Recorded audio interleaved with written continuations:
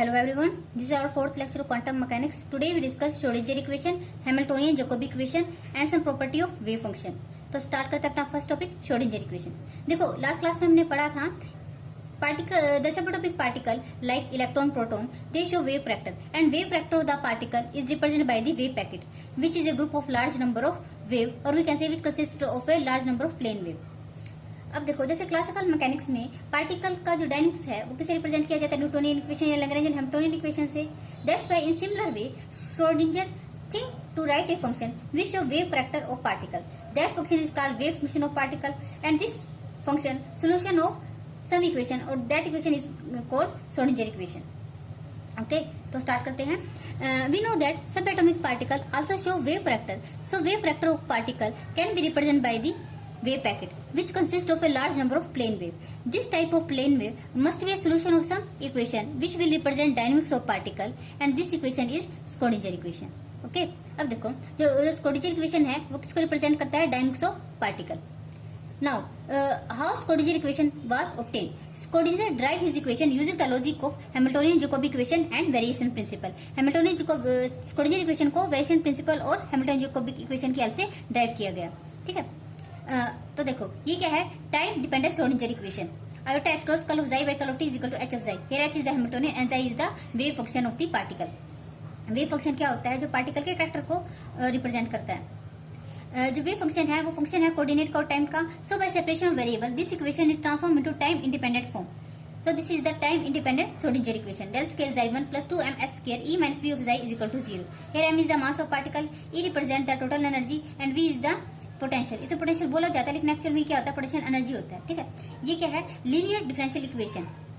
ठीक है, तो जो स्क्रोडिंगर इक्वेशन है वो कैसी है, लीनियर डिफरेंशियल इक्वेशन होती है. ये स्क्रोडिंगर इक्वेशन की इंपॉर्टेंट प्रॉपर्टी है. देखो इंपॉर्टेंट प्रॉपर्टी कैसी है, देखो जैसे क्या होता है स्केल से समझते हैं. जैसे कि क्या होता है, हमारे पास कोई लीनियर डिफरेंशियल इक्वेशन है. ठीक है, उसके दो पॉसिबल सोल्यूशन हमें ऑब्टेन हुए. उन दोनों सोल्यूशन का जो हम सम करेंगे यानी कि उनका दोनों सोल्यूशन का जो लीनियर कॉम्बिनेशन होगा वो भी क्या होगा, उस इक्वेशन का सोल्यूशन होगा, जिसे हम क्या बोलते हैं, general solution. General solution is a linear combination of two solution. If differential equation is a not linear differential equation then we cannot say general solution is a linear combination of two solution. ठीक है, तब यही बात Schrödinger equation के लिए है. if Schrödinger equation is not linear then different solution of this equation और उन सभी सोल्यूशन का जब हम लीनियर कॉम्बिनेशन लेंगे ना वो इस इक्वेशन का सोल्यूशन नहीं होगा. It means plane wave is a solution of this equation but wave packet is not a solution of Schrödinger equation. But actually wave packet is also a solution of this equation because all linear combination is a solution of this equation. So that's why it represents the dynamics of particle because particle represented by the wave packet and wave packet is also solution of Schrödinger equation. ठीक है, तो अब देखो जो ये equation है ये कैसी इक्वेशन हमारी पार्शियल डिफरेंशियल इक्वेशन है और इसके क्या है, it has a unique solution. Sorry, it has a not unique solution. Partial differential equation में बहुत सारे सोल्यूशन होते हैं ना, जिससे partial differential equation so it has a not unique solution. They are many possible solution. So linear combination of this possible solution represent a wave packet. Okay, अब देखो अगर हमारा पोटेंशियल क्या होगा, कोऑर्डिनेट का फंक्शन होगा तो हम ये इक्वेशन यूज करेंगे. If potential is a function of coordinate and time then use equation first. By comparison of equation 1 and 2, momentum vector is equal to minus iota h plus del vector. ठीक है, अब देखो ये हमारी equation है Schrödinger equation. ठीक है, इसको सोल्व करेंगे तो हमें क्या मिलेगा, वेव फंक्शन मिलेगा. और इस इक्वेशन में क्या हमारा पोटेंशियल प्रेजेंट है. अगर हम पोटेंशियल की डिफरेंट वैल्यू पुट करेंगे तो उसके कॉरेस्पॉन्डिंग हमें क्या मिलेगा, different value of wave function मिलेंगे. ठीक है, तो अब हम क्या करेंगे, उन वेव फंक्शन की कैरेक्टरिस्टिक को स्टडी करते हैं. If potential energy have different form, then equation 2 has different solution is obtained. Therefore, wave function has different character. तो अब हम स्टडी करते हैं characteristic of wave function. First property तो क्या होगी इसकी, ये होगी the nature and character of wave function depend on the potential. Second क्या है, wave function is always continuous. जो हमारा वेव फंक्शन होगा वो क्या होना चाहिए, हमेशा कंटिन्यूअस होगा. ठीक है, अगर देखो अगर वेव फंक्शन कंटिन्यूअस ना होकर डिसकंटिन्यूअस होगा तो उस केस में क्या होगा, देखो किसी भी डिसकंटिन्यूअस फंक्शन का अगर ये डिसकंटिन्यूअस है तो डिसकंटिन्यूअस फंक्शन का जो डेरिवेटिव होता है, ठीक है, वो क्या होगा, इनफाइनाइट होगा. इसका मतलब मोमेंटम क्या होगा, इन्फिनिटी होगा. तो ये पॉसिबल नहीं है. ठीक है, नेक्स्ट है third, derivative of wave function del of xi और curl xi by curl of x is continuous at all point except at that point where potential is infinite. जहाँ पे पोटेंशियल इन्फिनिटी होगा ना उस केस उस point पे wave function का derivative वो क्या होगा, डिसकंटिन्यूअस होगा. देखो इसका फिजिकल मीनिंग क्या है कि उस पॉइंट से क्या होगा, पार्टिकल का सडन रिफ्लेक्शन होगा. जैसे कि हमारा क्या है, इनफाइनाइट पोटेंशियल है, ठीक है। तो इससे क्या होगा, पार्टिकल का सडन रिफ्लेक्शन होगा। जैसे कि क्लासिकल मैकेनिक्स में पढ़ते हैं, ठीक है। ये हमारे कोई रिजिड वॉल है, कोई पार्टिकल है जिसका मास m है और मोमेंटम क्या है p, ठीक है। तो क्या रिजिड वॉल है तो इसे तो क्रॉस कर नहीं पाएगा, और इलास्टिक कोलिजन की वजह से अगर ये p मोमेंटम से इसके ऊपर इंसिडेंट हुआ है तो आफ्टर द कोलिजन इसका मोमेंटम क्या हो जाएगा, -p, ठीक है। तो यहाँ पे क्या होगा, सडन रिफ्लेक्शन हो गया। तो क्वांटम मैकेनिक्स में रिजिड वॉल को हम किससे रिप्लेस करते हैं, इनफाइनाइट पोटेंशियल वेल से, ठीक है। तो इस केस में क्या होगा, अगर कोई पार्टिकल आ रहा है जिसका मोमेंटम क्या है, p है, अब पार्टिकल क्या करेगा, इसको तो क्रॉस कर नहीं पाएगा, तो क्या होगा, माइनस मोमेंटम p से वापस रिफ्लेक्ट बैक हो जाएगा, ठीक है। अगर इसमें ग्राफिकली समझे तो स्टार्टिंग मोमेंटम क्या है, +p, रिफ्लेक्शन के बाद उसका मोमेंटम कितना हो गया, -p। तो यहाँ पे क्या होगा, मोमेंटम में सडन जंप हो गया ना, ठीक है। अब मोमेंटम में जंप हो गया तो इसका मतलब क्या है, डेरिवेटिव में भी जंप होगा, सो वेव फंक्शन भी कैसा हो जाएगा, हमारा डिसकंटिन्यूअस होगा, ठीक है। नेक्स्ट है wave function is a finite quantity, it is a single value function, ठीक है। अब देखो जो एक्चुअल में जो हमारी ये जाई है वो किसको रिप्रेजेंट करता है, एक पार्टिकल को, और and we can say xi represent a particle character, so we can say xi is a finite quantity, it is a single value function. Single value function जो वर्ड है, इसको अगर मैथमेटिक्स की ऐसे समझे तो ये किसके सिमिलर है, इट इज सिमिलर टू जाई इज ऑलवेज कंटिन्यूअस, ठीक है। तो अगर कोई फंक्शन हमारा क्या होगा, मल्टी वैल्यूड होगा, ठीक है, तो इसका मतलब क्या है कि वो एक पॉइंट पे क्या होगा, डिसकंटिन्यूअस होगा, okay. For bound state motion wave function equal to 0 at ±infinity, और for bound state wave function energy less than potential up to infinity, और इसे हम कह सकते हैं कि हर स्टेट पर एनर्जी की वैल्यू पोटेंशियल से क्या है, कम है। तो देखो इस केस में क्या है, इसे हम क्या करते हैं, क्लासिकली समझते हैं। देखो क्लासिकल मैकेनिक्स में क्या होता है, depending upon the type of potential particle का जो डायनेमिक्स है वो क्या होता है, डिफरेंट होता है, ठीक है। Depending upon the type of potential particles का जो डिफरेंट डायनेमिक्स होता है, और we can study in classical mechanics. जैसे कि देखो अगर हमारा पोटेंशियल क्या है, इस टाइप का है, इस शेप का है, ठीक है, और पार्टिकल की एनर्जी है E। If the energy of the particle is the lower height of the potential barrier, then particle does not cross this barrier, इस barrier को क्रॉस नहीं करेगा। इसका मतलब पार्टिकल का जो मोशन है इस रीजन में क्या कन्फाइंड होगा, मीन्स पार्टिकल का रीजन इस रीजन में क्या होगा, बाउंड हो गया, तो इसे हम क्या कहेंगे, बाउंडेड मोशन, ठीक है। इसका मतलब पार्टिकल इन्फिनिटी तक नहीं जा सकता, ठीक है। इसी बात को कि पार्टिकल इन्फिनिटी तक नहीं जा सकता, अगर हम इसे क्वांटम मैकेनिक्स में बोले तो इसे क्या कहेंगे कि इन्फिनिटी पे क्या है, पार्टिकल का जो वेव फंक्शन है वो क्या होगा, 0 होगा, ठीक है। क्योंकि पार्टिकल इन्फिनिटी तक जा ही नहीं सकता, तो वहाँ पे वेव फंक्शन क्या होगा, 0 होगा, ठीक है।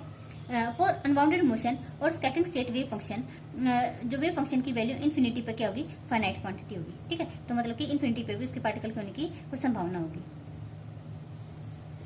देखो अभी तक जो हमने वेव फंक्शन की प्रॉपर्टीज डिस्कस की वो किसके बेसिस पे थी, मैथमेटिक्स के बेसिस पे थी, ठीक है। तो अब हम क्या करेंगे, वेव फंक्शन की फिजिकल इंटरप्रिटेशन देखेंगे, physical interpretation of wave function.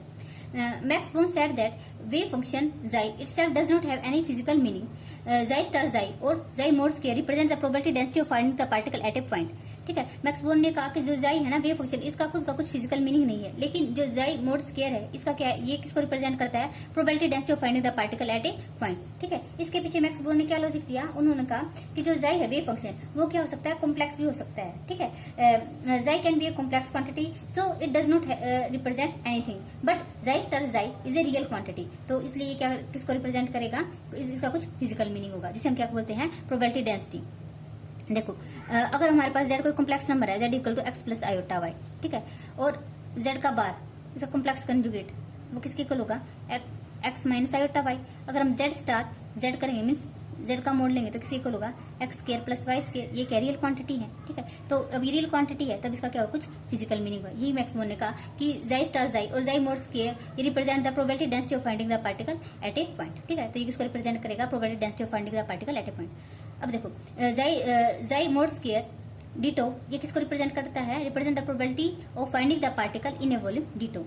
Ditto क्या है, वॉल्यूम एलिमेंट है, तो किसको रिप्रेजेंट करेगा, probability of finding the particle in A volume ditto.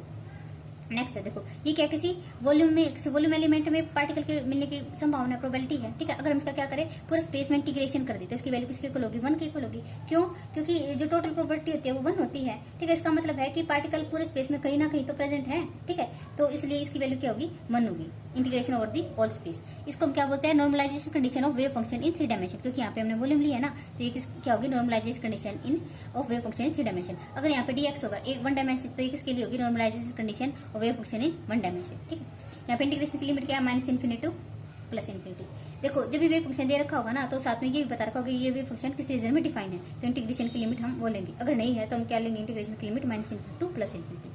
Next है probability of finding the particle in certain region between x1 to x2। किसी range में particle मिलने की संभावना क्या होगी उसको हम कैसे निकालेंगे, इंटीग्रेशन की लिमिट पुट कर देंगे x1 to x2। जैसे कि मान लो ये x1 ये x2 2 पॉइंट है, ठीक है, इसके बीच में कोई पार्टिकल मूव कर रहा है, ठीक है, तो इस पॉइंट पे इस रीजन में पार्टिकल मिलने की जो प्रोबेबिलिटी होगी हम कैलकुलेट करेंगे, इंटीग्रेशन की लिमिट पुट कर देंगे यहाँ पे x1 to x2। नेक्स्ट है transition probability. Transition probability from initial state to final state is given by, तो ये क्या होगा, प्रोबेबिलिटी के मोड का स्केयर कर देंगे, तो ये क्या होगी ट्रांजिशन प्रोबेबिलिटी। ट्रांजिशन प्रोबेबिलिटी कैसे होती है कि मान लो कोई पार्टिकल ग्राउंड स्टेट में है, ठीक है, हमने उसे कुछ एनर्जी दी, वो एक्साइड स्टेट में चला गया, ठीक है, तो उसके जो ट्रांजिशन करने की जो प्रोबेबिलिटी होगी उसको हम इस फॉर्मूले से कैलकुलेट कर सकते हैं। नेक्स्ट है some more property of wave function. देखो Schrodinger equation is a partial differential equation, so it has many solution, for example xi1 xi2 xi3 and so on. Then this wave function satisfy the flowing property. First क्या है, xi star of m, xi n क्या है, chronicle delta के equal है, इसकी value 1 होगी when m equal to n, ठीक है, जिसे हम क्या बोलते हैं ऑर्थोगन ऑर्थोनॉर्मल, ठीक है, ये प्रॉपर्टी के इक्वल हो गया ना, तब ये क्या होगा, अगर मान लो m और n इक्वल हो जाएंगे तो इसका मतलब xi मोड का स्क्वायर, तो ये किसी इक्वल हो जाएगा 1 के इक्वल होगा, ठीक है, टोटल प्रॉपर्टी 1 होती है ना, और इसकी वैल्यू 0 होगी when m not equal to n, जिसे हम क्या बोलते हैं ऑर्थोगोनल। इसका मतलब क्या है कि अगर m और n अलग अलग है, इसका मतलब है कि अगर पार्टिकल m और n की वैल्यू 0 क्यों आई है, इसका मतलब कि पार्टिकल एक टाइम पे दो डिफरेंट स्टेट में नहीं रह सकता, ठीक है, तो इसका मतलब, या फिर हम ये बोल सकते हैं कि पार्टिकल की एक टाइम पे एक ही एनर्जी वैल्यू होगी, ठीक है, दो वैल्यू नहीं होंगी, तो इन दोनों कंडीशन को हम क्या बोलते हैं ऑर्थोनॉर्मलिटी कंडीशन, ठीक है। यहाँ पे देखो जो ये वेव फंक्शन ले रहे हैं xi m और xi n, ये क्या are the solution of safe Schrödinger equation, ये सेफ स्क्रोडिंगर इक्वेशन का सोल्यूशन होना चाहिए। ऐसा नहीं होना चाहिए कि एक तो जो हमने ये वेव फंक्शन लिया ये क्या सिंपल हार्मोनिक ऑसिलेटर का और एक क्या 1 डायमेंशन बॉक्स का है, ठीक है, ऐसा नहीं होगा, ये क्या होगा एक ही स्क्रोडिंगर इक्वेशन का सोल्यूशन होना चाहिए, तभी ये क्या करेंगे इस कंडीशन को सेटिस्फाई करेंगे, ठीक है। नेक्स्ट है कंप्लीटनेस कंडीशन, इसमें क्या है m और n, ये क्या कंप्लीटनेस कंडीशन है, इसको हम ना EMT की हेल्प से और अच्छे से समझ सकते हैं। देखो जैसे EMT में क्या होता है, कोई चार्ज है Q x0 पोजीशन के ऊपर रखा गया है, तो इसकी अगर हम चार्ज डेंसिटी लिखिए क्रोनिकल डेल्टा की फॉर्म में, तो क्या होगी charge density rho is equal two cube of delta of x minus x0। It means particle position पे, ठीक है, जहाँ पार्टिकल प्रेजेंट है वहाँ पे तो रो की वैल्यू क्या होगी इन्फिनिटी, और अदर पॉइंट पे इसकी वैल्यू क्या होगी 0 होगी, ठीक है। अब देखो इसको हम ऐसे समझते हैं, देखो हम ये डिस्कस कर चुके हैं कि जो स्क्रोडिंगर इक्वेशन है वो क्या है लीनियर इक्वेशन है, ठीक है, तो अगर हम क्या करते हैं इसके डिफरेंट सोल्यूशन ऑब्टेन करते हैं और फिर हम उनका क्या करते हैं लीनियर सम करेंगे, ठीक है, तो वो भी क्या होगा एक सोल्यूशन होगा इस इक्वेशन का, ठीक है, क्योंकि देखो जो लीनियर डिफरेंशियल इक्वेशन की ये प्रॉपर्टी होती है कि अगर आप डिफरेंट सोल्यूशन ऑब्टेन करते हैं उनका, तो उनका जो लीनियर कॉम्बिनेशन होगा वो भी सोल्यूशन होगा। देखो जैसे कि जो हमारी इक्वेशन है डिफरेंशियल इक्वेशन स्क्रोडिंगर इक्वेशन, ठीक है, उसको सोल्व करेंगे तो हमें क्या मिलेंगे xi1 xi2 xi3, ठीक है, ये कुछ इस टाइप से हमें वेव फंक्शन मिलेंगे, ठीक है। जब बहुत सारे वेव फंक्शन को हम ऐड करते हैं then we obtain a wave packet, और वेव पैकेट किसको रिप्रेजेंट करता है, पार्टिकल को रिप्रेजेंट करता है, ठीक है, और पार्टिकल का क्या होता है एक सर्टेन लोकेशन होता है, ठीक है, तो वो एक सर्टेन लोकेशन को जो पार्टिकल किसको रिप्रेजेंट करेगा एक सर्टेन लोकेशन को रिप्रेजेंट करेगा, ठीक है, तो जो ये डेल्टा फंक्शन है, ठीक है, तो वो भी क्या उसकी भी एक प्रॉपर्टी होता है कि इसकी एक ही पॉइंट पे इसकी वैल्यू होती है, अदर पॉइंट पे इसकी वैल्यू क्या होती है 0 होती है, ठीक है, तो इसीलिए ये किसी इक्वल होगा क्रोनिकल डेल्टा के इक्वल होगा ये डेल x माइनस x0, ठीक है, ये मतलब कि पार्टिकल की पोजीशन क्या होती है, पार्टिकल की पोजीशन को ये बताता है, ठीक है, तो ये क्या है कंप्लीटनेस कंडीशन तो बता रहा है। नेक्स्ट प्रॉपर्टी है solution of Schrödinger equation form a complete set, so any function can be written as a linear combination of solution of Schrödinger equation, okay, तो ये क्या हमारा एक्चुअल वेव फंक्शन है, तो ये किसी इक्वल है linear combination of wave function. अगर देखो अब हमें पता है xi mod square d2 equal to 1 है, ठीक है, अगर इस प्रॉपर्टी का यूज करेंगे, ठीक है, तो c1 का स्क्वायर c2 का स्क्वायर इन सभी का मोड किसी इक्वल होगा 1 के इक्वल होगा, ठीक है, तो यहाँ पे c1 किसको रिप्रेजेंट करेगा, c1 represent the probability of finding the particle in first state, और ये सेकंड स्टेट के लिए and so on. It means अगर सी एन मोड स्क्वायर है ये किसको रिप्रेजेंट करेगा, it give probability of finding the particle in the state xi। इसको हम नेक्स्ट और आगे अच्छे से डिटेल में डिस्कस करेंगे। नेक्स्ट है classical analog of Schrödinger equation. Schrödinger equation का क्लासिकल एनालॉग क्या है, हैमिल्टोनियन जैकोबी इक्वेशन, ठीक, क्लासिकल आएंगे Hamiltonian Jacobi equation. Hamiltonian Jacobi equation it is obtained by canonical transformation through generating function f which is a function of coordinate momentum and time such that new Hamiltonian become 0, ठीक है। अब ये canonical transformation क्या generative function क्या है ये हम जब क्लासिकल मैकेनिक्स पढ़ेंगे तब उसमें डिस्कस करेंगे, ठीक है। तो अभी के लिए सिर्फ आप इतना ही देखो कि इसमें क्या होगा कि जो हैमिल्टोनियन जैकोबी इक्वेशन है ये obtain bye canonical transformation through generative function f such that new Hamiltonian become 0। तो न्यू हैमिल्टोनियन को कैसे लिखते हैं, h dash is equal to h curl f by curl of t। तो न्यू हैमिल्टोनियन हमारा 0 होगा तो h डैश को हम 0 पुट कर देंगे, तो यहाँ पे h H plus curl F by curl of T equal to 0 आ गया। तो यहाँ से curl F by curl of T की वैल्यू किसके इक्वल आ जाएगी, माइनस एच की इक्वल। तो ये क्या है, Hamiltonian Jacobi equation. Here F is actually equal to, यहाँ पे जो एफ है ना ये एक्चुअली किसके इक्वल है, एक्शन के इक्वल। और जो एक्शन होता है वो किसके इक्वल होता है, action is equal to integration of Lagrangian with respect to time. ठीक है, ये इक्वेशन क्या ऑलवेज ट्रू नहीं है, ये ट्रू तभी है जब हमारा क्या होगा, न्यू हैमिल्टोनियन बिकम 0। ओके, तो हैमिल्टोनियन जैकोबी इक्वेशन क्या होगी, take the form H plus curl S by curl of T is equal to 0। यहाँ पे एस क्या है, एक्शन है। ठीक है, तो देखो एच क्या हैमिल्टोनियन है, हैमिल्टोनियन किसका फंक्शन है, कोऑर्डिनेट का, मोमेंटम का और टाइम का। और कल S by curl of T equal to 0, तो ये क्या कहलाएगी, हैमिल्टोनियन जैकोबी इक्वेशन। इसमें देखो मेन पॉइंट क्या है, इसमें मेन पॉइंट ये है कि जब भी हम हैमिल्टोनियन जैकोबी इक्वेशन लिखेंगे तो वहाँ पे मोमेंटम को नहीं लिखेंगे, मोमेंटम के प्लेस पे क्या लिखेंगे, कल एस बाई में कल क्यू आई। ठीक है, तो यही बता रखा है main point Hamiltonian Jacobi equation is we write P I is equal curl S by curl of Q I. Do not write P I in Hamiltonian Jacobi equation, यानी कि मोमेंटम हम नहीं लिखेंगे। ठीक है, मोमेंटम के प्लेस पे हम क्या लिखेंगे, कल एस बाई में कल ऑफ क्यू आई। देखो जो एग्जाम में क्वेश्चन आएगा ना वो ये पूछा जाता है कि किसी भी सिस्टम के लिए हैमिल्टोनियन जैकोबी इक्वेशन लिखो। ऐसा नहीं बोला जाएगा कि solve the Hamiltonian Jacobi equation. ठीक है, क्योंकि हैमिल्टोनियन जैकोबी इक्वेशन को सोल्व करना काफी मुश्किल है। और दूसरी बात ये कि जब हैमिल्टोनियन जैकोबी इक्वेशन को सोल्व करते हैं ना तो हमें उससे कुछ न्यू रिजल्ट नहीं मिलता। ठीक है, वो सेम रिजल्ट हमें देता है अगर हम उस प्रॉब्लम को अगर न्यूटोनियन या लैग्रेंजियन हैमिल्टोनियन से सोल्व करें। ठीक है, तब देखो फर्स्ट है Hamiltonian Jacobi equation for simple harmonic oscillator. ठीक है, तो देखो H plus curl S by curl of T is equal to 0। तो सिंपल हार्मोनिक ऑसिलेटर के लिए लिखना है ना, तो देखो सिंपल हार्मोनिक ऑसिलेटर के लिए जो हैमिल्टोनियन है वो किसके इक्वल होता है, kinetic energy plus potential energy. Kinetic energy क्या होगी, पी स्क्वायर बाय 2m और potential energy 1/2m omega square x square plus curl S by curl of T. और हम हैमिल्टोनियन जैकोबी इक्वेशन में क्या करते हैं, पी को किससे रिप्लेस कर देते हैं, कल S by curl of Q. ठीक है, तो इसके कॉरस्पॉन्डिंग क्या हो जाएगा, कल S by curl of Q का स्क्वायर पी के कॉरस्पॉन्डिंग। ठीक है, तो ये क्या हो जाएगी, Hamiltonian Jacobi equation for a simple harmonic oscillator. ठीक है, नेक्स्ट है right Hamiltonian Jacobi equation for a particle moving under gravitation inverse square force. Let this is a heavy mass particle and it is fix. और कोई comment वगैरह इसकी क्या है, gravitation effects में मूव कर रहा है। ठीक है, जिसका मास क्या है m, किसी पॉइंट पे उसकी पोजीशन वेक्टर है r कैप। ठीक है, तो इसके लिए हम हैमिल्टोनियन लिखेंगे। देखो हैमिल्टोनियन लिखना अगर मुश्किल होना तो उससे पहले हम क्या लिख लेते हैं, इसका लैग्रेंजियन लिख लेते हैं, फिर लैग्रेंजियन को हैमिल्टोनियन में कन्वर्ट कर लेंगे। ठीक है, तो देखो लैग्रेंजियन इसके लिए क्या होता है, लैग्रेंजियन होता है kinetic energy minus potential energy. तो काइनेटिक एनर्जी क्या होगा, 1/2m r dot square plus r square theta dot square minus ये क्या होगा, potential energy. This is the potential energy for two mass system. ठीक है, तो ये पोटेंशियल एनर्जी दोनों के लिए होगी, माइनस माइनस क्या हो जाएगा, प्लस हो जाएगा। ठीक है, तो देखो ये क्या है, kinetic energy. This is the kinetic energy polar coordinate. अब हम इसे क्या करेंगे, लैग्रेंजियन से हैमिल्टोनियन में जब हम कन्वर्ट करते हैं तो जो पोटेंशियल एनर्जी का साइन चेंज कर देते हैं, क्या हो जाएगी, P R square by 2m plus P square theta by 2m minus G M minus capital G capital M small M by में आर। ठीक है, अब देखो इसके लिए हैमिल्टोनियन जैकोबी इक्वेशन लिखेंगे तो H plus curl S by curl of T is equal to 0। ठीक है, तो एच की वैल्यू पुट कर देंगे और कल S by curl of T equal to 0। अब हम पता है कि मोमेंटम को किससे रिप्लेस करेंगे, कल S by curl of Q आई। तो इसके कॉरस्पॉन्डिंग क्या होगा, कल S by curl of Q आई और इसके क्या होगा, कल S by curl of theta का स्क्वायर। ठीक है, तो this is the Hamiltonian Jacobi equation for a particle moving under gravitational inverse square force. ठीक है, तो आज के लिए इतना ही, मिलते हैं अपने नेक्स्ट लेक्चर में।